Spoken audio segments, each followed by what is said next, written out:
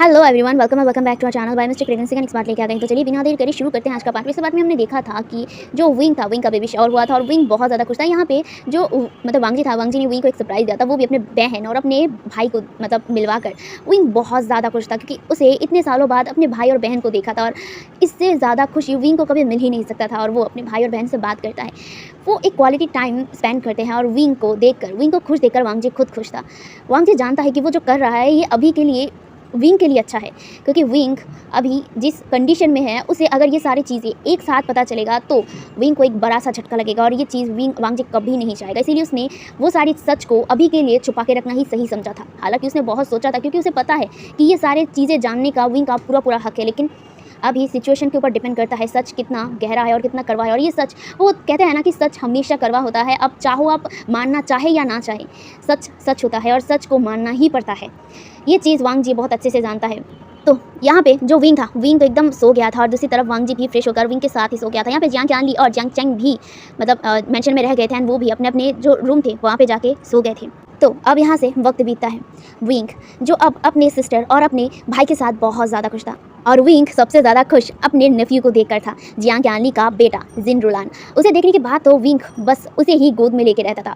जिन रुलान तब तकरीबन 1 साल का था और वो बहुत ज़्यादा क्यूट था। विंग तो अपने नेफ्यू का गाल खींचता ही रहता है, इतना ज़्यादा क्यूट था वो, जहाँ पे वो हमेशा ही जिन रुलान के साथ खेला करता था और अपने शीजे के साथ बात करता था। यहाँ पे उसका जो शीजे यानी कि जियांग क़्यानली वो लैंड मेंशन रहने लग गई थी। यहाँ पे वांगजी ने ऑलरेडी जियांग क़्यानली का जो हस्बैंड था जिन जुशान, उसके मतलब उससे परमिशन लेके रखा था कि कुछ दिन तक वो मतलब जियांग क़्यानली लैंड मेंशन रहे।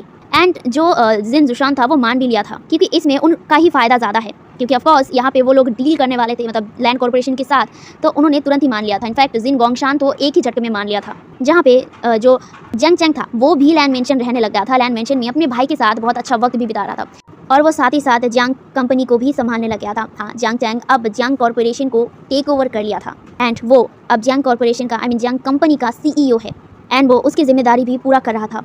जियांग चेंग को अपने मदर और फादर की याद तो आती थी, लेकिन वो ये भी जानता था कि जो काम उसके मदर और फादर ने किया है ये गलत था। वो कभी कभी अपने माँ से मिलने के लिए ज़्यादा ज़रूर था। अब कितना भी हो, अपना माँ जितना भी गलती किया हो है तो माँ ना, वो कैसे ये ठुकरा सकता है। इसीलिए वो कभी कभी अपने माँ से मिलने जाया करता था। हाँ, वो फादर से मिलने नहीं जाता था। ऑफकोर्स उसे पता है कि उसकी फादर किसके हाथों में है, वांगजी के हाथों में। यहाँ पे वांगजी ने कोई भी चीज़ ना छुपाया नहीं था, मतलब जियांग चेंग से भी कुछ भी नहीं छुपाया था और ना ही जियांग क़्यानली से भी कुछ छुपाया था। वो सारी चीज़ें बता दिया था कि यहाँ पे मैडम यू को जो सज़ा है वो पुलिस ही दे देंगे और जियांग फेंगमियान को वांगजी ने अपने पास रखा है अपनी तरीके से टॉर्चर करने के लिए। ये सारी चीज़ें चेंग को वांगजी ने खुद अपने मुँह से बताया था और ये चीज़ जियांग चेंग ने जब सुना था ना उसकी रूह तक काँप गया था, क्योंकि वांगजी की आंखों में जियांग चेंग ने गुस्सा देखा था बहुत ज़्यादा, इतना कि जियांग चेंग का रूह तक काँप गया था। वांगजी की आंखों में देखने का हिम्मत तक जियांग चेंग को नहीं हो रहा था। उसके बाद वो दोबारा अपने फादर के बारे में वांगजी से नहीं पूछा था।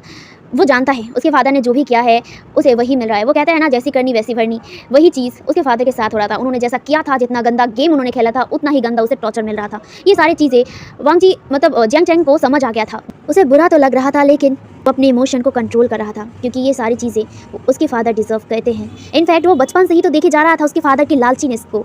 उसके फादर कितने ज़्यादा लालची हैं, इनफैक्ट उसकी मदर तक कितने ज़्यादा लालची हैं कि वो लोग एक डील को पाने के लिए कितने सारी चीज़ें कर देते हैं। और जब से वो कंपनी में आने लगा था तब से वो और भी ज़्यादा अपने फादर की ग्रीडीनेस को देख रहा था, किस तरह से पैसों के लिए वो डील क्रैक करता था, पैसों के लिए वो मतलब एकदम पागल जैसा हो जाता था उसका फादर। ये सारी चीज़ें जियांग चेंग ने अपने आंखों से देखा है, फिर भी वो अपने मतलब वांगजी की बात को अलग से साइड में रख दे, वो अपने आंखों से देखी हुई सारी चीज़ों को कैसे नज़रअंदाज कर दे। इसीलिए कहीं ना कहीं वो जानता है कि उसके फादर ने जो किया है वो डिजर्व करता है ये सारी चीज़ें। इसीलिए वो दोबारा कभी भी वांगजी से अपने फादर के बारे में नहीं पूछा था। हालांकि वो अपने माँ के पास कभी कभी जाता था, लेकिन वो उतना ज़्यादा अपने माँ से भी बात नहीं करता था। खैर, धीरे धीरे टाइम बीतने लगा था। विंग के प्रेगनेंसी भी अब धीरे धीरे 8वें महीने पे भी आ गया था। वो बहुत ज़्यादा खुश रहने लग गया था क्योंकि माहौल ही ना एकदम हैप्पी वाला था। सब लोग खुश थे और सब लोग एकदम एंजॉय कर रहे थे हर चीज़ को। यहाँ पे लैंस भी विंग का पूरा साथ दे रहे थे, विंग को पैम्पर कर रहे थे। इनफैक्ट विंग के शीजे वो भी उसे बहुत ज़्यादा पैम्पर कर रहे थे। यहाँ पे जियांग चेंग तो था ही और वांगजी तो हमेशा उसे पैम्पर करता था हर मुश्किल में। अगर उसे थोड़ा सा भी मतलब चलने में तकलीफ होता था ना तो विंग को वांगजी एकदम गोद में उठा लेता था और वो उसे लेकर चलता था। विंग को तो शर्म आता था अपने हस्बैंड का ये जो जो केयर है ये देखकर, मतलब सबके सामने ही उसे गोद में उठा लेना, उसके बाद उसके स्टमक को पकड़ के उस पे किस करना, ये सारी चीज़ें उसे अच्छा भी लगता था, कहीं न कहीं ब्लश भी करवाता था। और विंग अपने हस्बैंड से मतलब एकदम बहुत ज़्यादा प्यार करता है, बहुत ज़्यादा, जहाँ पे धीरे-धीरे और भी ज़्यादा समय बीतने लगे थे। विंग जो अब 9वें महीने पर भी अलग आ गया था और 9वें महीने पर आने की वजह से उसे अब चलने में बहुत ज़्यादा तकलीफ होता था। उसके पैर तो वैसे भी सूज गए थे और उसकी कमर में भी बहुत ज़्यादा पेन रहता था, आई मीन बैक पेन बहुत ज़्यादा था। वो चल भी नहीं पाता था ठीक से, उसे बहुत सारे मुश्किलात हो रहे थे जो प्रेगनेंसी में ऑफ कोर्स नॉर्मल थे। तो वो अब ज़्यादा से ज़्यादा ना मतलब बैठा रहता था या फिर लेटा रहता था। वो एकदम मेंशन से बाहर भी नहीं जाता था। हालाँकि वो मेंशन से मतलब गार्डन तक तो जाता था, लेकिन जब वो 9वें महीने पर आ गया था ना तो वो ज़्यादा चलता नहीं था।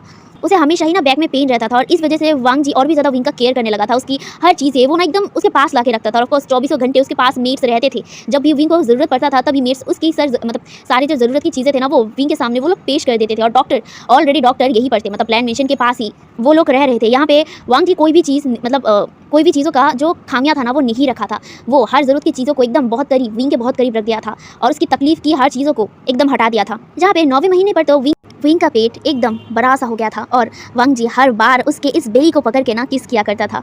वो विंग को भी बहुत सारे किसेस करता था, उसके लिप्स पे, उसके नेक पे किस करता था और साथ ही साथ उसके बेली को भी सहलाते रहता था।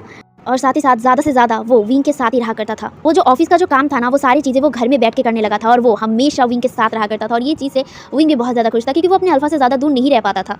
उसे अपने अल्फा का जो सेंट था ना वो चाहिए था। इनफैक्ट विंग के बेबी को भी यही चाहिए था और वांग जी अच्छे से जानता है, इसीलिए वांग जी अपने ओमेगा को और भी ज़्यादा अपने पास, अपने क्लोज रखता था। जहाँ पे लैंड फैमिली भी बहुत ज़्यादा खुश था और लैंड फैमिली तो इंतजार कर रहा था कि कब यहाँ पे एक न्यू मेंबर आएगा। वो लोग बहुत ज़्यादा एक्साइटेड थे, इनफैक्ट सब लोग थे। तो ऐसे ही एक दिन पूरी लैंड फैमिली मतलब जो लिविंग एरिया था वहाँ पे बैठे हुए थे सोफा में, एंड यहाँ पे विंग एंड वांग जी दोनों भी थे। यहाँ सब लोग बातें कर रहे थे। यहाँ पे जो लैंड फैमिली थी, मतलब यहाँ पे लैंड चेंगे, जो लैंड चेचान और लैंड चेरान, साथ ही साथ वांग जी थे और ग्रैंडपा ग्रैंडमा थे एंड विंग वो बैठा हुआ था। यहाँ पे सब लोग ही ना बातें कर रहे थे बेबी के रिलेटेड। यहाँ पे ना सब लोग बेबी को लेकर बात कर रहे थे, मतलब यहाँ पे कौन पहले बेबी को गोद में लेगा, कौन पहले अपने अपने लाए हुए ड्रेसेस को पहनाएगा। हाँ, यहाँ पे अपने अपने ड्रेस, मतलब यहाँ पे लैंड चेंगे, जो लैंड चेचान, लैंड चेरान मिलकर अलग अलग ड्रेसेस खरीदा था वो भी बेबी के लिए। एंड वो लोग इस चीज़ को लेकर लड़ रहे थे कि बेबी को पहले कौन सा रूप पहनाया जाएगा। मतलब सब लोगों ने अलग अलग पसंद के लड़कियों के ड्रेसेस खरीदे थे, वो भी छोटे छोटे, मतलब बच्चों की जो ड्रेसेस होती है ना वो सारी चीज़ें खरीदा था। यहाँ पे लैंड चेंगे ने अलग, लैंड चेचन ने अलग, लैंड चिरन ने अलग। तो यहाँ पे सब लोग इसी चीज़ पे बात कर रहे थे कि पहले कौन सा ड्रेस बेबी को पहनाया जाएगा, कौन सा चीज़, मतलब कौन सा खिलौना बेबी को पहले दिया जाएगा, मतलब बेबी किस चीज़ से ज़्यादा खेलेगा। ये सारी चीज़ों को लेकर लिटरली बच्चों की तरह वो लोग वहीं पे बैठ के लड़ रहे थे। लैंड चेंगे जो लैंड चिरन से कह रहा था कि देखो मेरा ग्रैंड चाइल्ड पहले मेरा लाया हुआ ड्रेस पहनेगा, वो बहुत ज़्यादा खूबसूरत है और वो उसे बहुत ज़्यादा सूट करेगा। ये सुनकर ना जो लैंड चिरन था ना, लैंड चिरन कहता नहीं, वो मेरा भी ग्रैंड चाइल्ड है और वो पहले मेरा वाला, मैं जो ड्रेस उसके लिए लाया हूँ वो वाला वो पहनेगा। ये सुनकर लैंड चिचान कहता है नहीं, आप दोनों का अच्छा नहीं है, मेरा वाला है, मेरा निफ्यू पहले मेरा वाला ड्रेस पहनेगा जो मैंने उसके लिए लाया है।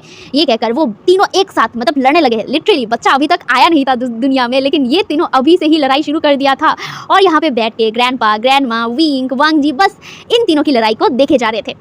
विंग तो ये एंजॉय कर रहा था, लिटरली विंग हंस रहा था। वो ना अपने पेट को पकड़ के धीरे धीरे हंस रहा था। ऑफकोर्स वो अभी 9th मंथ पे है तो उसका पेट गुब्बारे जैसा फूल गया था और वो उसी बड़ी से बेल को पकड़ के ना हंस रहा था, अपने हाथ को अपने हस्बैंड के हाथों से ज्वाइन करते हुए वो हंस रहा था।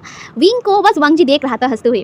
कुछ देर तक ये जो लड़ाई था ना वो चलता है। उसके बाद फाइनली वांग जी इन तीनों के बीच में टपक जाता है और वो ये डिक्लेयर कर देता है कि ये उसका बेटी है तो पहले वो उसकी लाया हुआ ड्रेस ही पहनेगा। बस ये सुनने की देरी थी, तीनों लेंस का मुंह एकदम लटक जाता है और वो घूर घूर के वांग जी को देख रहा था। वांग जी को कोई भी फर्क नहीं पड़ रहा था। ऑफ कोर्स ये उसका बेटी है तो पहले वो उसकी लाई हुई ड्रेस ही तो पहनेगा ना और पहली गोद वो खुद ही लेगा, ये भी उसने डिक्लेयर कर दिया था। वो कितना ओवर प्रोटेक्टिव है अपने बेटी के लिए और साथ ही साथ अपने ओमेगा के लिए, ये उसने डिक्लेयर कर दिया था। और तीनों लेंस का मुंह तो लटक गया था, लेकिन वो भी खुश थे।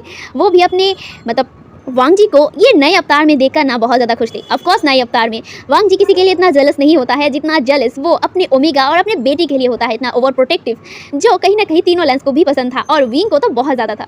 विंग तो अपने हस्बैंड का बचकानी हरकत को भी देखे जा रहा था। वेल वो बहुत ज़्यादा खुश था। यही पर ना वो लोग ना थोड़ा सा क्वालिटी टाइम स्पेंड करते हैं, सब लोग बातें करते हैं। इसी बीच ना वांग जी को एक कॉल आता है। वांग जी जो अपने फ़ोन को देखता है उसके बाद वो विंग की तरफ देखते हुए कहता है विंग तुम यहीं पे रहो। ये कहकर वो वहाँ से एक्सक्यूज़ करके ना हट गया था। यहाँ पे जो विंग था, विंग अपने जो ग्रैंडपा था उन लोगों के साथ बातें कर रहा था। अच्छा यहाँ पे ना जो जियांग ख्यानली था, जियांग ख्यानली अपने जो मेंशन था अपने ससुराल, वो गई थी वहाँ पे कुछ काम की वजह से। ऑफकोर्स वो इतने दिनों तक यहाँ पे थी तो वहाँ पे उसे थोड़ा सा काम था और वो अपने बेटे को लेकर गई थी यहाँ से। और जो जियांग चेंग था वो अपने ऑफिस में था, वो ऑफिस से लौटा नहीं था। ऑफकोर्स वांग जी तो मतलब घर में बैठ के काम करता था, लेकिन जो जियांग चेंग था वो नहीं कर पाता था, उसे अपने ऑफिस जाकर ही काम करना पड़ता था, इसीलिए वो अभी भी ऑफिस में था। तो अभी घर में जो लैंड शिचान, लैंड चिरान, लैंड चिंगेन जुन और ग्रैंडपा, ग्रैंडमा और विंग एंड वांगजी थे। तो यहाँ पे वांगजी जो अपने कॉल को उठाने के लिए मतलब वहाँ से हट गया था एंड वो मेंशन के एकदम साइड में आके बात कर रहा था कॉल पे, जहाँ पे वो कॉल को रिसीव करते हुए कहता है, हेलो क्या हुआ, तुमने मुझे कॉल क्यों किया। जहाँ पे फ़ोन के दूसरी तरफ से एक बहुत ही डरा हुआ वॉइस कहता है, सर वो भाग गया है। ये सुनकर वांगजी कहते, क्या मतलब क्या है तुम्हारा कि वो भाग गया है, ढूंढो उसे, वो कहीं पे नहीं जाना चाहिए। ये कहकर वो कॉल को कट कर देता है और वो एक बार अपने फैमिली की तरफ देखता है। उसके बाद वो तुरंत ही मेंशन से निकल जाता है, वो कार में बैठ जाता है एंड कार को ड्राइव करते हुए तकरीबन 1 घंटे में वो उसी जगह पे पहुंच जाता है जहाँ पे वो कार से निकलते हुए तुरंत ही दौड़ के अंदर जाता है। वहाँ पे ऑलरेडी गार्ड्स खड़े हुए थे एंड वो लोग एक ही साथ वांगजी को बो करते हैं और वो मतलब वांगजी जो गुस्से में सारे लोगों की तरफ देखता है। उसके बाद वो कहता है, कहाँ है वो। जहाँ पे जो गार्ड्स थे वो डरते हुए कहते हैं, सर हमें नहीं पता, वो वहीं पे था, लेकिन पता नहीं वो कहाँ चला गया। हम उसे टॉर्चर तो कर रहे थे, वो उसकी हालत तो इतनी खराब थी कि वो उड़ भी नहीं सकता था, लेकिन पता नहीं वो कैसे गायब हो गया। ये सुनकर ना वांगजी उस बॉडीगार्ड का गला पकड़ते हुए कहता है, फेंग मियान गया कहाँ, अगर वो नहीं मिला ना मैं तुम्हें मार डालूंगा। ये कहकर वो उस बॉडीगार्ड का गला टाइटली पकड़ता है, जहाँ पे वो बॉडीगार्ड ऑलरेडी डर गया था। जहाँ पे वांगजी उसके गले को छोड़ते हुए कहता है, ढूंढो उसे, कैसे भी करके उसे ढूंढो, उसे ढूंढना पड़ेगा। ये कहकर वो सारे बॉडीगार्ड्स को फैला देता है एंड वो उस जो कमरे में जहाँ पे फेंग मियान को बांध के रखा गया था वहाँ पे जाता है एंड वहाँ पे ऑलरेडी जो रस्सियाँ थी जिससे फेंग मियान को मतलब बांध के रख दिया गया था, वहाँ पे जो रस्सियाँ थे वो गिरे हुए थे, लेकिन वहाँ पे फेंग मियान नहीं था। फेंग मियान अचानक ही गायब हो गया था और वांगजी को समझ नहीं आ रहा था कि फेंग मियान यहाँ से भाग कैसे सकता है। उसकी हालत तो इतनी बुरी थी कि वो वहाँ से उठ भी नहीं सकता था, तो वो यहाँ से भागा कैसे, यही उसके दिमाग में चल रहा था। वो पूरे रूम को सर्च करता है लेकिन उसे कुछ नहीं मिलता। यहाँ पे शेंगलिन भी उसके साथ था, शेंगलिन भी ढूंढ रहा था लेकिन कहीं पे भी फेंग मियान नहीं था। पूरी जगह को ढूंढने के बाद भी एक भी गार्ड को फेंग मियान का नाम और निशान तक नहीं मिला था। विंग का मतलब वांगजी का तो दिमाग ना एकदम गुस्से से भर गया था। वो अपने आदमियों को चिल्ला रहा था, अपने आदमियों के ऊपर चिल्लाते हुए बोल रहा था, तुम लोग निकम्मे हो, तुम लोगों को मैंने यहाँ पे रखा ही क्यों है, 1 नंबर के निकम्मे हो। अगर वो नहीं मिला ना तो तुम लोगों का खैर नहीं, तुम्हें पनिशमेंट मिलेगा। जल्दी से जल्दी उसे ढूंढो, बाहर जहाँ भी हमारे गार्ड्स थे उन सारे लोगों को खबर करो और पूरे बीजिंग में एकदम कड़ा निगरानी लगा दो, एक भी जगह नहीं छूटना चाहिए। और हाँ, वो बीजिंग से बाहर और चाइना से बाहर नहीं जाना चाहिए। सारे एयरलाइंस पे मेरे गार्ड्स को खड़ा कर दो, वो इस चाइना से बाहर नहीं जाना चाहिए और ना ही बीजिंग से, किसी भी हालत में वो मेरे सामने चाहिए। इट्स एन ऑर्डर, जल्दी जाओ। ये कहकर वो सारे बॉडीगार्ड को ऑर्डर देता है एंड सारे बॉडीगार्ड ही यस कह के वहाँ से तुरंत निकल जाते हैं। वांगजी का तो गुस्से में पारा टाइट हो गया था, वो बहुत ज़्यादा गुस्से में था। वो अपने गुस्से को कंट्रोल नहीं कर पा रहा था। वो चिल्लाते हुए कहता है, फेंग मियान तुम मेरे हाथों से कहीं नहीं जा सकते, मैं भी देखता हूँ तुम चाइना से बाहर कैसे जाते हो। ये कहकर वो शेंगलिन की तरफ देखता है और वो कहता है, सारे एयरलाइंस के साथ साथ रेल स्टेशन सारे जगह पे मेरे आदमियों को भेज दो, कहीं पे भी अगर वो मिले तो उसे पकड़ के मेरे सामने लाना चाहिए। ये सुनकर जो शेंगलिन था, शेंगलिन नोट कर दिया था और वो भी वहाँ से चला गया था। वांगजी अपने कार में आके बैठता है और वो अपने गुस्से में को कंट्रोल नहीं कर पाया था। वो कितना बड़ा लापरवाह था, वो आखिर ये गया कहाँ, मतलब अचानक ये फेंग मियान गायब कैसे हो गया। और सबसे बड़ी बात, वो भागेगा कैसे। इतने सारे टॉर्चर वांगजी ने फेंग मियान के ऊपर किया था कि वो चल नहीं सकता था। वांगजी कितना खतरनाक हो सकता था वो फेंग मियान ने खुद अपनी आंखों से देखा था। वांगजी बहुत ज़्यादा गुस्से में था एंड फेंग मियान को हर तरह के दर्द को वो फील करवाना चाहता था। हर तरह के दर्द, जो भी दर्द उसने अपने लोगों को भी दिया था और बाकी लोगों को भी दिया था, वांगजी को दिया था, विंग को दिया था, साथ ही साथ उसके ग्रैंडपा को दिया था। वो सारे दर्द का वो बदला ले रहा था उसे टॉर्चर करके, लेकिन अचानक वो गायब कैसे हो गया। ये सारी चीज़ें वांगजी के दिमाग में चल रहा था। नहीं, इतनी आसानी से तो वो फेंग मियान को कभी नहीं छोड़ेगा, कभी नहीं, खास करके तब जब उसे पता चला है कि फेंग मियान कितना खतरनाक इंसान है। फेंग मियान अब किसी को भी मारने से कतराता नहीं है, इसीलिए वो उसे पकड़ के ही रहेगा। उसके दिमाग में यही चल रहा था। फेंग मियान अगर यहाँ से भागा भी है तो वो जा कहाँ सकता है। वांगजी अब यही सोच रहा था, ज़्यादा से ज़्यादा वो इस बीजिंग से भागने की कोशिश करेगा या फिर चाइना से भागने का, तो वो वही रास्ता ही ब्लॉक कर देगा। उसने सारे आदमियों को वहीं पे लगा दिया था, बीजिंग के बॉर्डर पे। साथ ही साथ हर एयरलाइंस और रेल लाइन्स थे ना, उन सारे जगहों पे उसने अपने आदमियों को लगा दिया था। अब वो देखता है कि वो भागता कैसे है। वांगजी किसी भी हालत में फेंग मियान को भागने नहीं दे सकता है और ना ही वो देगा। यही सोचकर वो कार को चलाते हुए गुस्से में आग बबूला होते जा रहा था। उसके खून खौल गया था उसका। वो बस कैसे भी करके ये इस आदमी को ढूंढना चाहता था, इस घटिया आदमी को। अभी कुछ टाइम बीत गया था, तकरीबन 2 घंटे, एंड 2 घंटों से उसके आदमियों का सिर्फ यही बोलना था कि यहाँ पे फेंग मियान नहीं आया है, उनको फेंग मियान नहीं मिल रहा है। वांगजी का तो गुस्से पे पारा बस टाइट होते जा रहा था। जहाँ पे वांगजी अपने घर मतलब मेंशन ना जाकर वो अपने अड्डे पर आता है। वो अपने अड्डे पर ही था और वो सोचने लगा था कि आखिर ये फेंग मियान गया तो गया कहाँ। वो यहीं पर दिमाग में मतलब दोहरा रहा था और वो सोच रहा था कि ये फेंग मियान गया कहाँ हो, मतलब वो जा कहाँ सकता है। ना ही वो मतलब एयरपोर्ट गया, ना ही वो मतलब बीजिंग से बाहर गया और ना ही वो मतलब रेलवे स्टेशन पर था। आखिर वो गया तो गया कहाँ, यही उसके दिमाग में चल रहा था। अच्छा, उसके दिमाग में ये भी चल रहा था कि फेंग मियान भागा कैसे भागा। वो इस हालत में तो बिल्कुल नहीं भाग सकता था क्योंकि जिस लेवल का टॉर्चर उसे किया गया था वो चलने के लायक नहीं था। तो वो भागा कैसे। अगर वो भाग नहीं सकता तो उसे कोई भगा सकता है। हाँ, उसके दिमाग में ये आया और वो कहता है हाँ, उसे कोई भगा सकता है। ओ शिट, वो अपने सिर पे हाथ रखता है और वो कहता है मैं ये चीज़ कैसे भूल गया। जहाँ पे वो शेंगलिन की तरफ देखता है और वो कहता है अभी के अभी पूरे मेंशन में गार्ड्स लगा दो, एक भी गार्ड मेंशन से हटना नहीं चाहिए, और हाँ मेंशन को हाई सिक्योरिटी से भर दो। ये कहकर वो शेंगलिन की तरफ देखता है। शेंगलिन को कुछ समझ तो नहीं आता, लेकिन शेंगलिन तुरंत ही बाहर निकल गया था और अपने सारे गार्ड्स को मतलब फ़ोन करके बताने लग गया था कि वो पूरे जो मेंशन था वहाँ पे गार्ड करना शुरू कर दे। जहाँ पे वांग जी तुरंत ही दौड़ कर अपने अड्डे से बाहर आ गया था और वो कार में बैठ गया था। जहाँ पे शेंगलिन भी उसके पीछे दौड़ के मतलब कार पे बैठ जाता है। उसे अभी तक कुछ समझ नहीं आया और वो अपने सर की तरफ देखता है। जहाँ पे वांग जी बहुत ज़्यादा परेशान था, वो तुरंत ही कार को चला रहा था बहुत ही स्पीड में। जहाँ पे शेंगलिन जो अपनी सीट बेल्ट को पकड़ लिया था, वो अपनी बॉस की तरफ देखता है और वो कहता है सर क्या हुआ है आपको, आप परेशान क्यों है, क्या हुआ है मुझे बताइए। जहाँ पे जो शेंगलिन था, शेंगलिन भी अपने बॉस को परेशान देखकर ना वो भी बहुत ज़्यादा परेशान था और वो कहता है क्या हुआ है सर। जहाँ पे वांग जी अपने सिर को बालों को खींचते हुए कहता है फेंग मियान ऐसे ही नहीं भागा है, उसे भगाया गया है और उसे और कोई नहीं ज़ाओ लूशी ने भगाया है, और ज़ाओ लूशी ही विंग को टारगेट करने के लिए उसने फेंग मियान को बाहर निकाला है। विंग मुसीबत में है, मैंने पहले क्यों नहीं नोटिस किया। ये कहकर वो कार का स्पीड और भी ज़्यादा बढ़ा देता है। शेंगलिन अब जाके समझा था पूरा मैटर क्या है। यहाँ से सीन शिफ्ट हो गया था और हमें लैंड मेंशन का दिखाया जाता है। लैंड मेंशन में सब लोग बहुत ज़्यादा बातें किया था एंड यहाँ पे विंग अगेन थक गया था। तो यहाँ पे जो ग्रैंडपा और ग्रैंडमा मिलके उसे एकदम रूम पे जाके छोड़ के आए थे। जहाँ पे विंग अपने कमरे पर आ गया था एंड वो कमरे पे आके वो वांग जी को ढूंढ रहा था। यहाँ पे वांग जी नहीं था, तो वो मतलब फिर से अपने रूम से बाहर आता है और वो बाहर आकर मेट से पूछता है कि यहाँ पे वांग जी कहाँ हैं। जहाँ पे मेट्स कहते हैं हमें नहीं पता, वो शायद घर से बाहर गए हैं किसी काम की वजह से। ये सुनकर विंग नोट करता है और वो फिर से अंदर आ जाता है। वो अपनी बड़ी सी बेली को पकड़ते हुए मिरर के पास आता है और अपनी जो बड़ी सी बेली था उसे एकदम सहलाते हुए कहता है बेबी क्या हुआ, आप इतना बेचैन क्यों हो, आप पापा को मिस कर रहे हो। डोंट वरी बेबी, पापा जल्दी आ जाएंगे, वो थोड़ा सा काम से बाहर गए हैं, प्लीज़ मम्मा को और बेचैन मत करो प्लीज़ बेबी। ये कहकर वो उसकी बड़ी सी बेली को सहलाने लगता है। असल में उसे बहुत ज़्यादा बेचैनी जैसा फील हो रहा था, बहुत ज़्यादा जैसे दिल में कुछ हलचल उसे हो रहा था, पता नहीं क्यों। शायद ये उसकी प्रेगनेंसी की वजह से ही हो रहा था। तो वांग जी को विंग को यही लग रहा था कि उसे अपनी प्रेगनेंसी की वजह से ही बेचैनी फील हो रहा था, या फिर उसकी बेबी बेचैन है इसलिए ऐसा लग रहा था। इसीलिए वो अपनी बेबी को बोल रहा था कि प्लीज़ बेबी अपनी मम्मा को बेचैन मत करो, क्या हुआ है, पापा जल्दी आ जाएंगे प्लीज़ बेबी। ये कहकर वो अपनी बड़ी सी बेली को सहला रहा था। वो अपने कमरे को देखता है, पता नहीं क्यों जिस कमरे पर वो इतने दिनों से रह रहा है वो कमरा आज उसे थोड़ा सा डर जैसा महसूस करवा रहा था, उसे ही पता नहीं क्यों। जहाँ पे वो अपनी कमरे को देखने के बाद ना वो अपने मन को शांत करने के लिए जो बेड था, बेड के पास जो ग्लास था जिसमें वाटर था उसे लेता है, उसके बाद उसे पीने लगता है। उसे पता नहीं बहुत ज़्यादा पसीना आ रहा था, बहुत ज़्यादा। वो वहीं पे जो मतलब बेड था वहाँ पे बैठ जाता है और अपनी बेली को सहलाते हुए कहता है बेबी क्या हुआ है तुम्हें, तुम इतना बेचैन क्यों हो, प्लीज़ मम्मा को बेचैन मत करो, मम्मा बहुत ज़्यादा परेशान है प्लीज़ बेबी। ये कहकर वो बस अपने मतलब स्टमक को सहला रहा था। वो कहता है लंचा तुम कहाँ हो, प्लीज़ अब वापस आ जाओ, पता नहीं मुझे अच्छा नहीं लग रहा है लंचा। ये वो बोल रहा था वहाँ पे। उसने ये तक नोटिस नहीं किया कि उसके जो बैल्कनी था उसका डोर ओपन हो गया था। जहाँ पे जो विंग था, विंग एकदम मतलब बैल्कनी से दूसरी तरफ मुँह किया हुआ था, मतलब बैल्कनी उसके पीछे था एंड वो अभी एकदम दरवाजे की तरफ अपना मुँह किया हुआ था जहाँ से मतलब कमरे का एंट्रेंस था।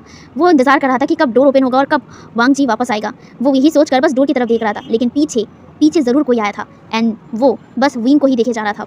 विंग को और भी ज़्यादा घबराहट जैसा फील हो रहा था, बहुत ज़्यादा।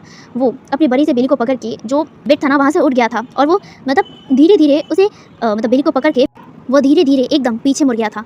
एंड जब वो पीछे मुड़ा ना उसका जैसे कि दिल बाहर आने को था, वो एकदम डर गया और डरने की वजह से वो पीछे जो टी टेबल था ना उस पर उसका पैर लगा था एंड वहीं पे जो लैम्प था वो एकदम तुरंत से ना नीचे गिर गया। वो डर के मारे अपने दिल पे हाथ रख दिया था और वो सामने देखने लगा था। वो डरते हुए कहते ज़ाओ लूशी तुम यहाँ क्या कर रहे हो। हाँ, जहाँ पे जी हाँ सामने ज़ाओ लूशी खड़ा था और ज़ाओ लूशी के हाथ में एक रॉड था जिसे वो पकड़ा हुआ था एंड विंग उससे और भी ज़्यादा डर गया। जहाँ पे वो डरते हुए कहते तुम यहाँ क्या कर रहे हो। हाँ, तुम अंदर कैसे आई। जहाँ पे ज़ाओ लूशी हंसते हुए कहते हैं अरे मिसेस लैंड डर रहा है मुझसे, क्या हुआ, मुझे इतनी जल्दी भूल गए। तुम्हें क्या लगा कि मुझे मेरी ज़िंदगी बर्बाद करके तुम यहाँ पे खुश रह पाओगे, कभी नहीं। ज़ाओ लूशी कभी भी तुम दोनों को खुश नहीं रहने देगा और तुम्हें तो बिल्कुल नहीं। ये कहकर वो उस रॉड की तरफ देख रहा था। विंग ना और भी ज़्यादा डर गया था। वो पीछे जाते हुए वो कहता है देखो ज़ाओ लूशी ये तुम ठीक नहीं करो, अगर लंजा को पता चल जाएगा तो वो तुम्हें नहीं छोड़ेगा। तुम बाहर कैसे आई, तुम जेल से कैसे बाहर आई और तुम मेरी घर के अंदर कैसे आई। जहाँ पे जो विंग था, विंग की तरफ देखते हुए ज़ाओ लूशी कहता है जेल से छुड़ना मेरे लिए आसान था और रही बात इस घर में आना, वो तो थोड़ा बहुत मुश्किल हुआ था, लेकिन इतना भी नहीं कि मैं नहीं आ सकता था। मैं आ गया हूँ, तुम्हारे सामने खड़ा हो और तुम्हें मारने आया हूँ। ये कहकर वो उस रॉड की तरफ देखता है। इसके बाद वो बैल्कनी की तरफ देखते हुए कहता है अंदर आओ। जहाँ पे उस मतलब बैल्कनी की जो डोर था वो अगेन ओपन होता है और वो वहाँ से एक और पर्सन बाहर मतलब अंदर आता है और उस पर्सन को देखकर विंग और भी ज़्यादा शॉक हो गया था।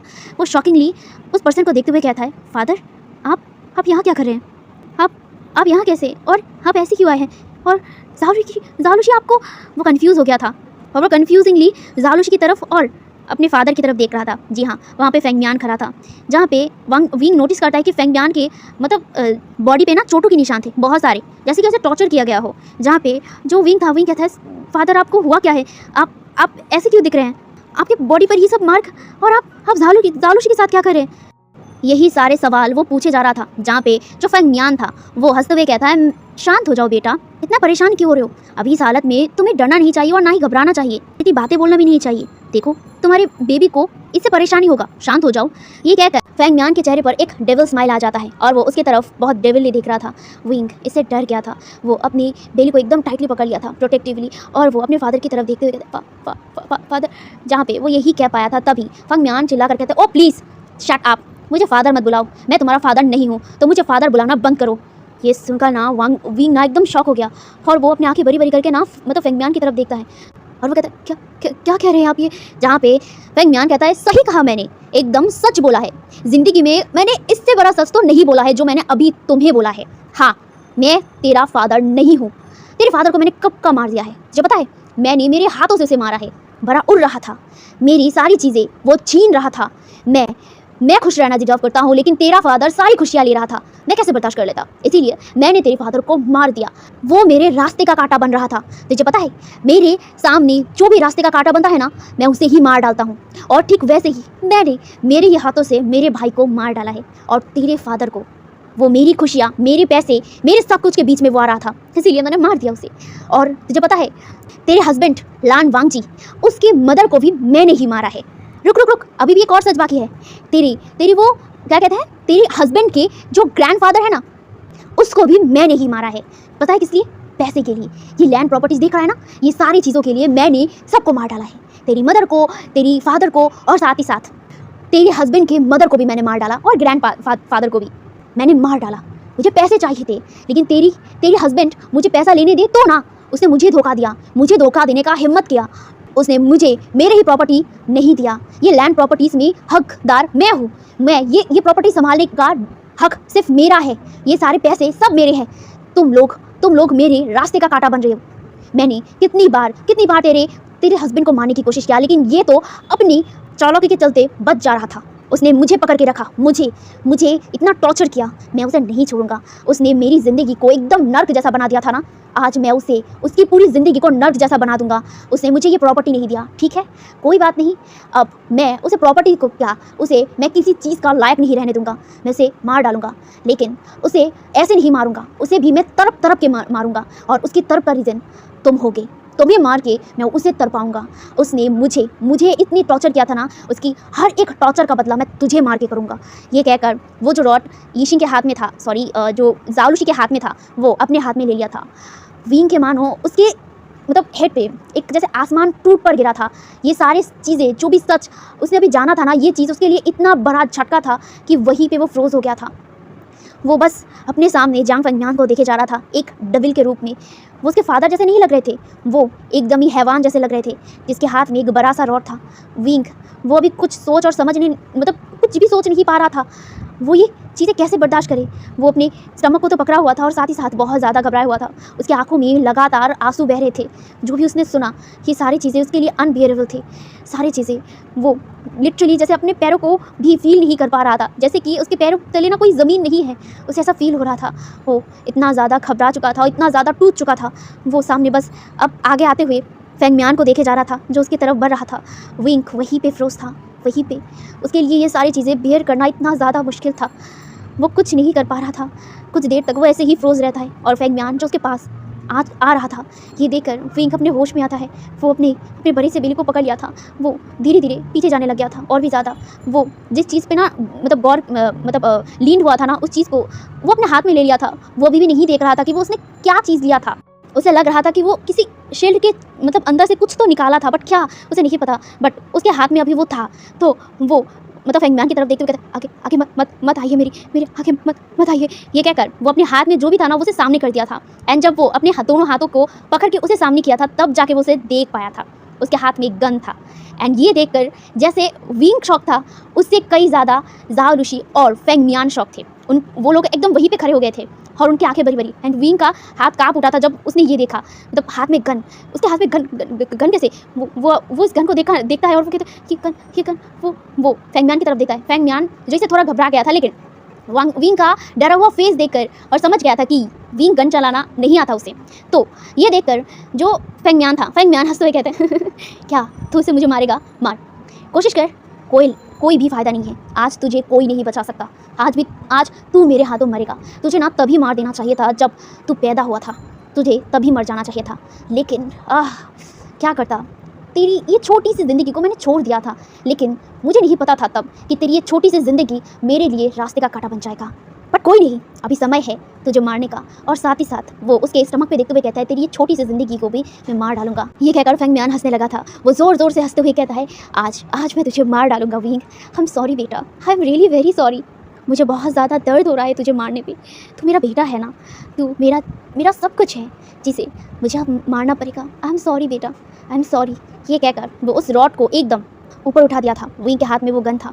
विंग जो आए ना देखा दाए, वो बस अपनी आंखों को टाइटली बंद कर लिया था और अपने हाथ में जो था गन उसे एकदम दबा दिया था। एक गन शूट का आवाज़ आया था। विंग ने अपनी आंखों को खोला तक नहीं था। उसे पता नहीं अपने पेट में बहुत ज़्यादा हाई लेवल का पेन होने लगा था। उसने अपनी एक हाथ से अपने जो बेबी बम था उसे एकदम पकड़ लिया था। उसे अपने स्टमक में बहुत हाई लेवल का पेन हो रहा था, इतना पेन कि उसके हाथ में जो गन था ना वो एकदम नीचे गिर गया था। उसने अपने आंखों को अभी भी टाइटली बंद किया हुआ था और उसे बहुत ज़्यादा अपने पेट में पेन हो रहा था। वो लिटरली ना बस कैसे भी करके अपने पैरों पर खड़ा था, लेकिन उसे कुछ अजीब सा फील होता है अपनी एकदम लोअर एरिया में। उसे बहुत गीला सा। विंग अपनी आंखों को बहुत मुश्किल से ओपन करता है। वो ओपन करने के बाद अपने सामने अपने फादर को नीचे गिरा हुआ देखता है। वो डर गया, इसे इतना ज़्यादा डर गया, उसने अपने मुंह पे एकदम हाथ रख दिया था और उसकी पूरी बॉडी ऐसे काँप गया था। उसे अपने पेट पे भी इतना ज़्यादा पेन हो रहा था ना, उसे बहुत ज़्यादा पेन हो रहा था। उसने अपने पेट को टाइटली पकड़ लिया था और वो अपने मुंह से करहानी की आवाज़ निकाल रहा था। सामने जाओ लुशी खड़ी थी। जाओ लुशी एकदम फ्रोज हो गई थी।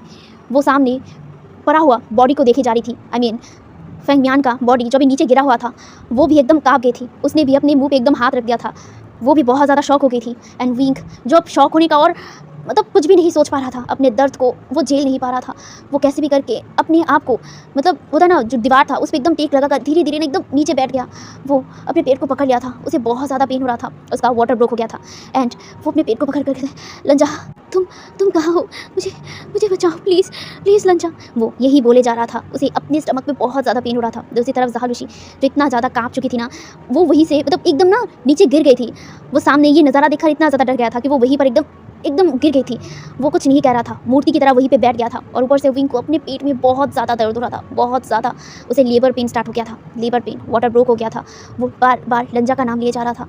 उसके आंखों के सामने धीरे धीरे सारी चीज़ें एकदम ब्लैक होती जा रही थी। वो अपने आप को होश में रखने की पूरी तरीके से कोशिश कर रहा था। वो किसी को बुलाने की पूरी तरीके से कोशिश कर रहा था। धीरे धीरे उसकी आंखें बंद होने लगा था। उसे धुंधला सा दिखने लगा था कि उसका जो रूम का डोर था वो बहुत तेज़ी से खुल गया था, बहुत तेज़ी से। उसके पास कोई तो बहुत मतलब तेज़ी से दौड़ के आया और उसे पकड़ लिया था। विंग वो बस यही कह पाया, लंजा। हे एवरीवन, तो आज का पार्ट में यही पर रखता हूँ। तो गाइस, आप लोगों को आज का पार्ट कैसा लगा ज़रूर कमेंट में बताना। तो बहुत ज़्यादा एक्साइटिंग पार्ट कल का होने वाला है एंड आई थिंक कल का पार्ट ही लास्ट पार्ट होगा। होप सो कि आप लोगों को आज का पार्ट अच्छा लगा हो, तो जल्दी कमेंट में बताना कि आज का पार्ट कैसा लगा। और प्लीज़ यार, आप लोग कमेंट बहुत कम कर चुके हो, प्लीज़ कमेंट ज़रूर करना। ओके, तो अभी के लिए यही तक, बाय बाय।